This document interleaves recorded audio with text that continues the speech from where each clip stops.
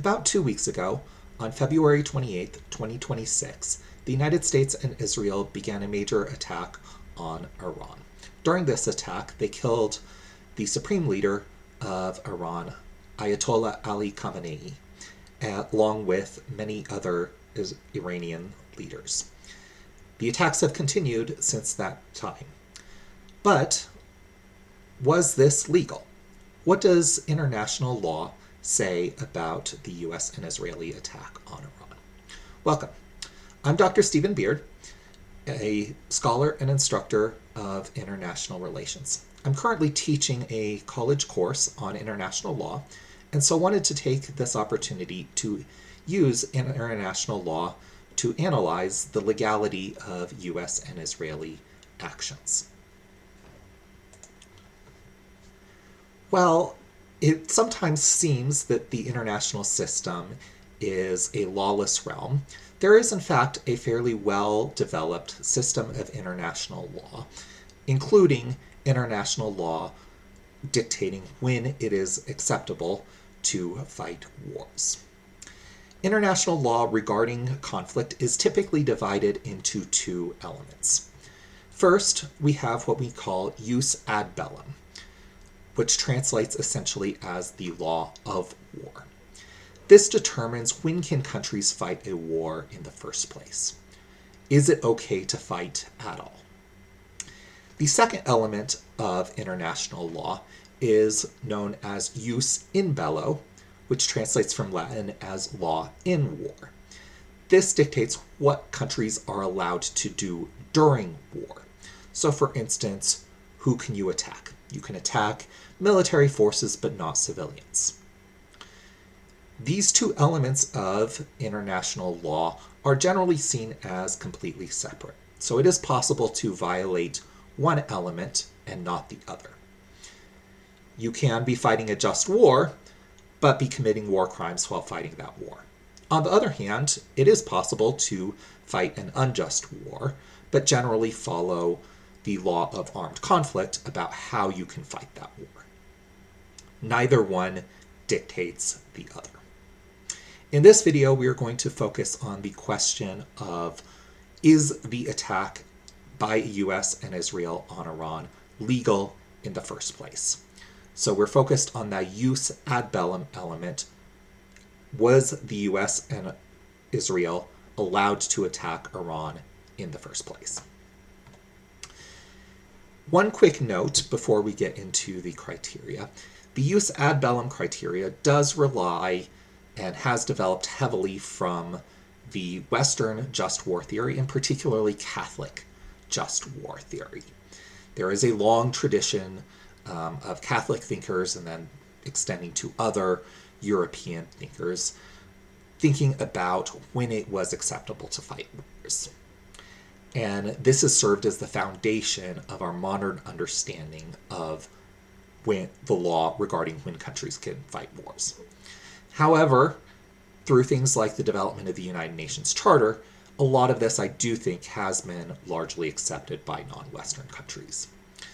So the foundations are predominantly Western, particularly even Catholic, but they do seem to have a wide degree of acceptance. Under this tradition, there are 5 requirements for fighting a just war. So in other words, to fight a war legally, for a war to be legal, these 5 criteria need to be met. All 5 criteria need to be met. If anyone is absent, then the war would be considered unjust or illegal. Criteria are proper authority for declaring war. There needs to be a just cause for the war. The war should be fought as a last resort. The war needs to be proportional to the just cause. And there should be some probability of success in achieving the just cause. Now, while all 5 of these are required for a war to be just or legal, we typically focus mainly on just cause, last resort, and proportionality. And even among those, just cause is probably the central criteria. So primarily there needs to be a just cause, and then in addition it should be in a last resort, and the war should be proportional to that just cause. And then finally, we do need proper authority and probability of success. So I'm going to go through these 5 criteria and discuss how they match up with US and Israeli actions. So our first criteria was that there needs to be a proper authority. What this basically means is that war should only be waged by official leaders or the governments of countries. In other words, random people can't begin wars. I can't go around and just as an individual say, hey, I don't like some country, we're now at war with you. It has to be by the official government, by the official leaders. This criteria is actually fairly clearly met in the US and Israeli attack on Iran. Donald Trump is the legal president of the United States, and Benjamin Netanyahu is the legal prime minister of Israel. The one place where this could be a little bit questionable is that there was no congressional authorization or really no congressional involvement at all in the decision to attack Iran. However, international law would say this is largely a domestic matter for the United States. This may create issues within U.S. domestic law, but as of regards to international law, Donald Trump is the legal president of the United States, and so that does pretty much give proper authority according to international law. So this criterion is satisfied. So it is likely okay, although maybe some questions or issues. The next criterion is that there needs to be a just cause for fighting the war. And as I mentioned earlier, this is typically the central or even most important criteria, the one that's we should focus on first in evaluating whether a war or attack or other use of military force is legal. Within contemporary international law, just cause has become quite limited. And really, the primary just cause for war is self-defense. Now, this does include collective self-defense. So it is possible to help allies who themselves are defending themselves. However, the country that you're helping would have to be acting in self-defense. So self-defense is the primary just cause. Second, actions authorized by the United Nations Security Council would also typically be seen as giving a just cause. Finally, there is emerging some debate about whether there is a possibility of humanitarian intervention. In other words, some people will argue that it is legal to use force to prevent atrocities in another country. However, this is a relatively new doctrine and quite questionable. Within treaties, there's 2 main treaties that have really limited just cause to self-defense, along with actions by the Security Council. The first is the Kellogg-Briand Pact of 1929, otherwise known as the Pact of Paris, or the Treaty for the General Renunciation of War. This is a relatively short treaty, and there are 2 kind of operative clauses or articles. Article 1 says that the parties declare that they condemn recourse to war for the solution of international controversies and renounce it as an instrument of national policy in their relations with one another. The second article, fairly similarly, says the parties agree that the settlement or solution of all disputes shall only be sought by peaceful means. There are a few other clauses, but they are basically administrative clauses about kind of who can join the treaty and when it takes effect and so forth. But these are the 2 operative clauses. In essence, the Kellogg-Briand Pact outlaws war. War at this point was no longer seen as legal. Now, a lot has happened since this point, but legally, the Kellogg-Briand Pact is still in effect, and the countries that you can see in green on this map were parties to the treaty. So all of the countries in green signed up for the Kellogg-Briand Pact and are legally still bound by that treaty. Notice that both the United States and Iran are parties to this treaty. Perhaps more centrally, the second treaty dictating when wars can be fought is the UN Charter. Similarly to the Kellogg-Briand Pact, in Article 2, Section 4, the UN Charter basically begins by declaring that all members shall refrain from the threat or use of force. So again, war is fundamentally illegal. Using military force against another country is fundamentally illegal. However, the UN Charter also then clarifies the one main opportunity when using force is legal. In Article 51, the Charter says that nothing shall impair the inherent right of individual or collective self-defense if an armed attack occurs. So war is illegal, except in self-defense if an armed attack occurs.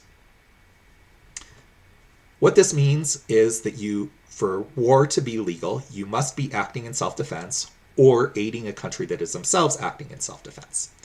And according to the UN Charter, that whichever country is acting in self-defense must have suffered an armed attack. So self-defense is only applicable if there is an actual armed attack. Basically, they need to have suffered an actual military attack, an invasion, bombing, something like that. They must have suffered an actual attack. And we would typically understand this as fairly significant in scale. So a very minor border incursion or something like that would likely not constitute an armed attack. It would have to be deliberate and significant in scale. What this means is that the self-defense for just cause does not cover sort of generalized threats or future threats. You can't simply say, I think this other country is too strong, or I think they might attack me at some distant point in the future, or they're building up weapons that I see as a potential threat in the future. You must have suffered an actual armed attack. Now, there's a slight caveat. While the Charter does say that only after an armed attack is self-defense legal, under customary law, we do generally accept some allowance for preemptive attacks. If you know the other country is about to attack you, you probably can strike them first. However, the cases where this applies are still very limited. The general standard for when a preemptive attack or anticipatory self-defense is allowed was laid out with the Caroline Standard by U.S. Secretary of State Daniel Webster. In the late 1830s, there was a rebellion in Canada, and some Americans were supplying arms to these rebels using the steamboat Caroline. And the British, in response, entered the United States, and British forces boarded the Caroline, set it on fire, and then sent it over Niagara Falls to its doom. During the attack on the steamboat Caroline, at least one American citizen was killed. And so this led to a significant dispute between the United States and Great Britain over whether their use of force was legal. And what Daniel Webster said is that it was up to the British government to show the necessity of self-defense. Instant, overwhelming, leaving no choice of means, and no moment for deliberation. And this standard was, in fact, accepted by the British government at that point. And so it pretty much creates the basic standard for when anticipatory self-defense is allowed. In essence, there must be an imminent armed attack. Your only option is to attack them first or be attacked. The necessity of self-defense is instant, overwhelming, no choice of means, no moment for deliberation. So, in other words, there must be an actual planned armed attack. You must have good evidence that the other country is in fact planning an armed attack, and that attack must be fairly imminent. It can't be distant, it can't be in a year's time or something like that. It must be imminent. The tanks have to be lined up on the border, ready to invade you in order for you to attack first. So what we call preventive war is not allowed. And a preventive war is, in essence, a war to prevent growing power by another country. So you see them maybe building up their military or any other way getting stronger. And so you want to attack them while they're weak. That is not acceptable. You can attack first, but it has to be preemptive. You must know that there is an actual planned attack, and that must be imminent. Now, finally, there is some interest in allowing the use of military force for humanitarian intervention. And this is the development of this responsibility to protect standard. Basic idea is that countries, and in fact the whole world, has a responsibility to protect people. This is a new idea, and the legal status of responsibility to protect is somewhat uncertain. At the 2005 World Values Summit, the countries participating in that summit, which I believe was everyone, did unanimously adopt this idea. But that itself doesn't mean that it is now a legally binding standard or legally acceptable standard. Within the World Values Summit resolution adopting this, there were 3 pillars. The first was that states have a responsibility to protect their own people, and the second is that the international community should help build capacity to help states protect their own people. So, for instance, building up the capacity of states to make sure that everyone has sufficient food, to ensure security, things like that. The third pillar, which is the more controversial one, is that if a state is manifestly failing to protect, so very clearly failing to protect its own population or even violating the human rights of its own population, other states should take collective action to intervene as needed. Now again, it is unclear to what extent this is legal, and it is unclear whether intervention covers the use of military force. So this has unclear status, and to the extent that it was going to involve the use of military force, those advocating responsibility to protect generally envisioned the intervention being authorized by the UN Security Council. So it is possible to maybe make a case that an intervention to prevent atrocities is legal, but that itself is highly debatable. And second, intervention hopefully would be by peaceful means, things like diplomacy, sanctions, diplomatic pressure, before the use of force was required or contemplated. So how does this all apply to Iran? It's pretty questionable whether the United States or Israel has any just cause for the attack on Iran according to international law.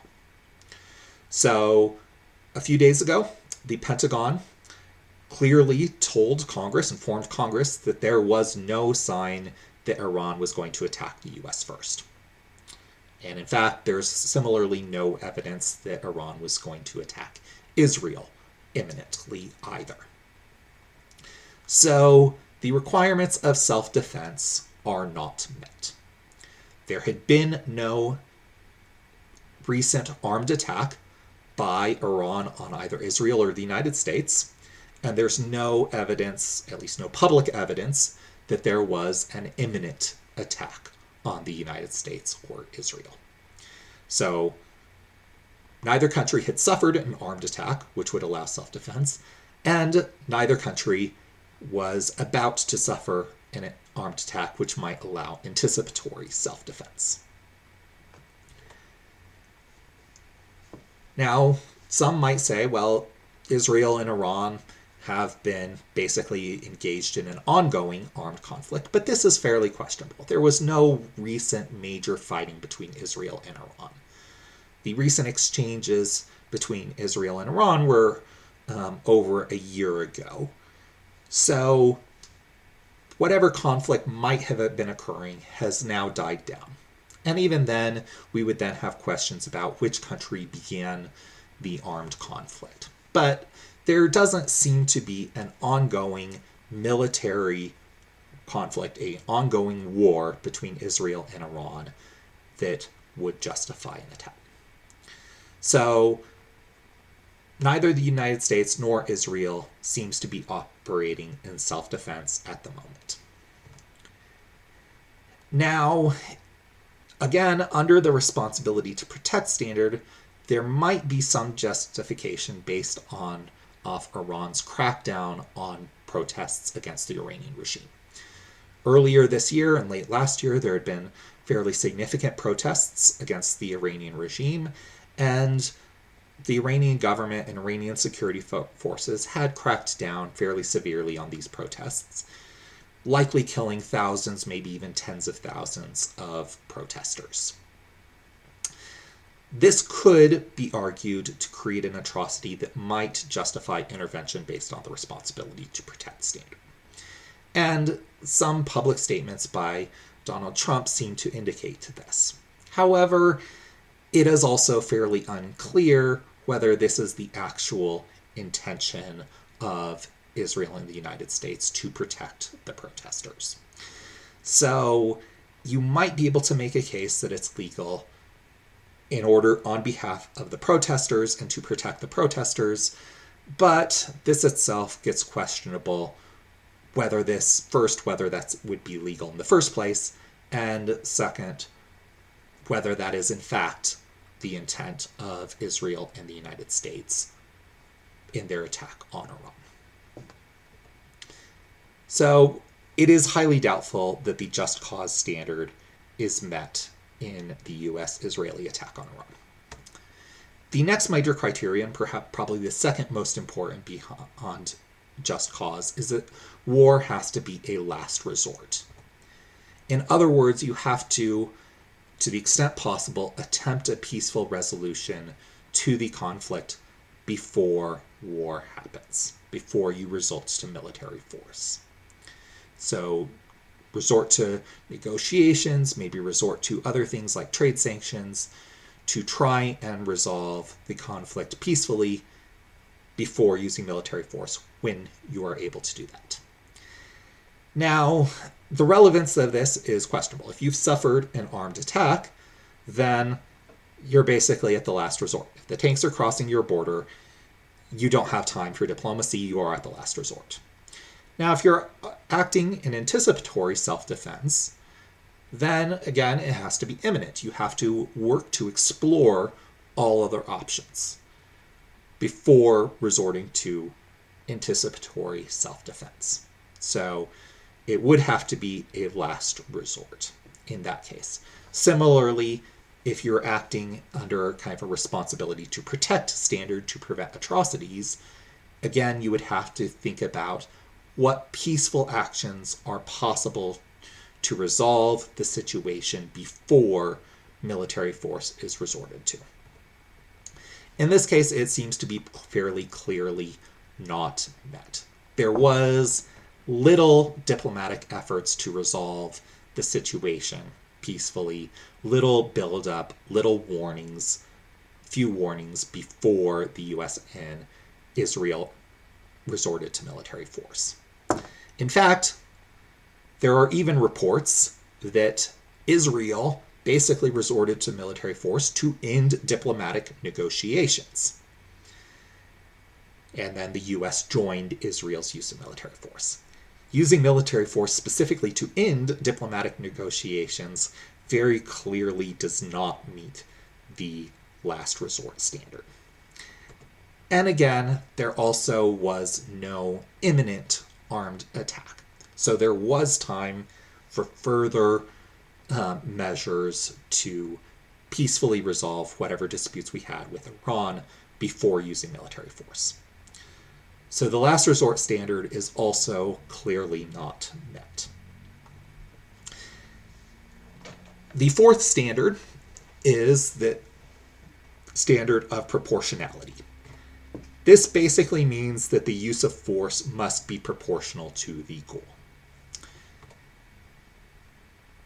Now, there can be some misunderstanding of the proportionality standard because it is kind of comparing two different things. It is comparing essentially the amount of force used to the purpose of using the force. So it's not that I can only use the same amount of force as the other country. It is whatever just cause I'm trying to achieve, I can only use a proportional amount of force to that. For use ad bellum, basically the size of the war must be proportional to the cause of the war. So maybe there's the ability to use self-defense over a minor incident, but only minor force would be acceptable then. Example I used is if we imagine one country kind of harassing the fishing boats of another country, maybe even seizing them and so forth in either international waters or disputed waters, the country whose fishing boats are being seized could probably use some limited force to defend their fishing boats. Send some warships up there to deter attacks on the fishing boats or so forth. What they couldn't do over a minor fishing dispute and seizing a few fishing boats would be to totally invade the other country and overthrow the government. They might be able to use some force in self-defense to protect their fishing boats, but only a limited amount of self-defense because it is a limited problem. This is about trying to limit war. So you can't use minor incidents to create major wars. It's not about fairness. It's about basically preventing minor incidents from blowing up into major wars. Again, here we have a lot of questions. Although here it is difficult to assess because it is difficult to assess what the actual goal of the United States and Israel is in their attack on Iran. If there's no just cause, then no war would be proportional because the war has to be proportional to the just cause. US and Israel are not acting in self-defense, and so no war is acceptable in self-defense. No war would be proportional. Now again, if the just cause that we're looking at is the responsibility to protect and efforts to protect protesters in Iran from violence, it becomes difficult to judge. And here you would really have to think about, okay, how much force is needed to protect the protesters? How much violence would occur against the protesters if force was not used? And things like that. So it is difficult to judge, but whether the very significant attack on Iran, destruction of major infrastructure, probably several thousand Iranians killed, is proportional to the just cause becomes highly questionable.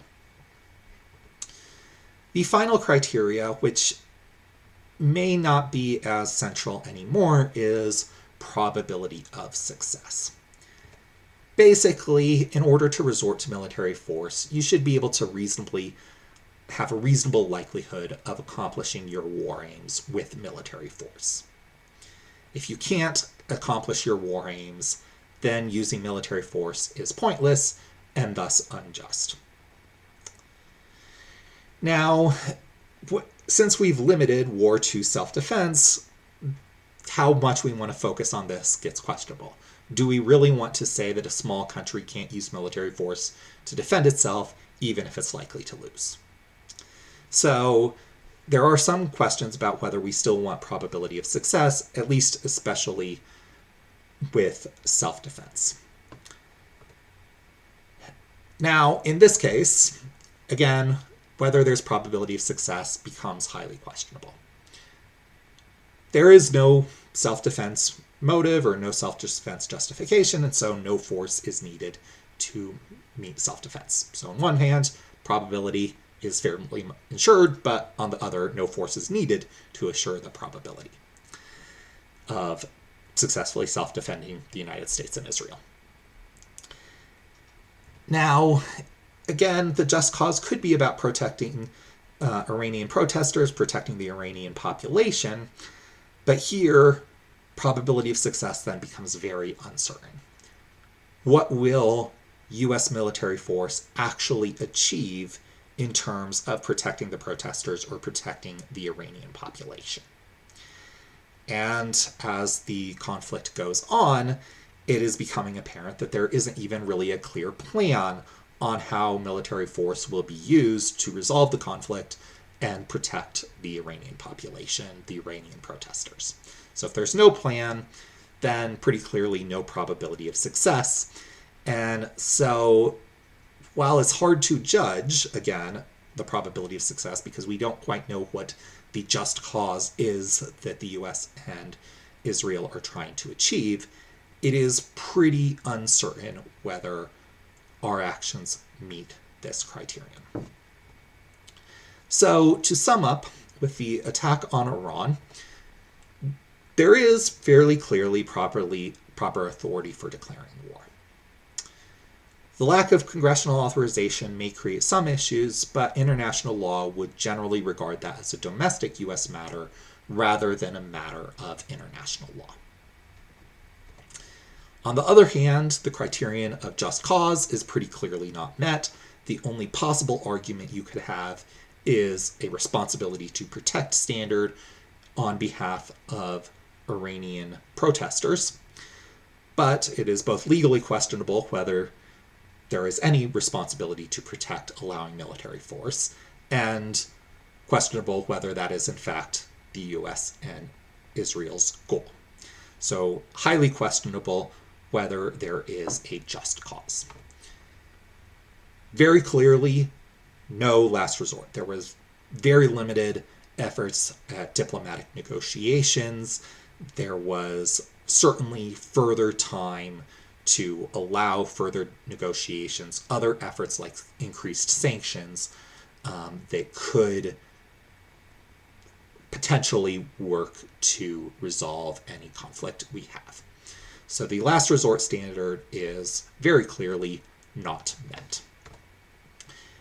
The other two standards, the proportionality standard is questionable. It might be met, but it is hard to judge because it's hard to judge what the actual cause of the war is. And similarly, the probability of success standard is questionable because, again, the cause of the war is questionable. So, again, the central ones were just cause, last resort, and proportionality, with just cause being the most important and pretty clearly not met. Last resort, very clearly not met as kind of the second most important of these criteria. So, according to current understanding of international law, the US and Israeli attack on Iran is very clearly illegal. It is an aggressive war that is illegal under international law. Because of this, Iran does have the right to respond to the US and Israeli attack. Because the US and Israel are not acting in self-defense, they do not have a clear just cause, they are not clearly acting in self-defense, the US and Israeli attack would in fact represent an armed attack on Iran. We used military force against them. We did not have a legal right to use military force against Iran. Therefore, it is an armed attack. Accordingly, Iran would be legally allowed under international law to defend themselves from the US and Israeli attack. Now, the way they defend themselves would have to follow the jus in bello standards, which we haven't gotten into in this video, but would, at a minimum, allow them to attack US and Israeli forces to defend themselves. So Iran is, in fact, at this point, legally allowed, at least while the attack by the United States and Israel is ongoing, to counterattack US and Israeli forces in the region, potentially around the world. Now, there are other question marks, and other actions could be highly questionable. Other actions would have to follow the laws of war, and some of these, such as attacking oil tankers, might be highly questionable. But Iran would have at least some legal right to defend themselves against the US and Israeli attack. So, in summation, what we've seen in this video is that the United States and Israel do not appear to have been acting legally when we attacked Iran. It was an illegal action, and thus Iran would have legal rights to defend themselves. So thank you, and I hope this was informative about the current legal status of what's going on in the Middle East. Thank you.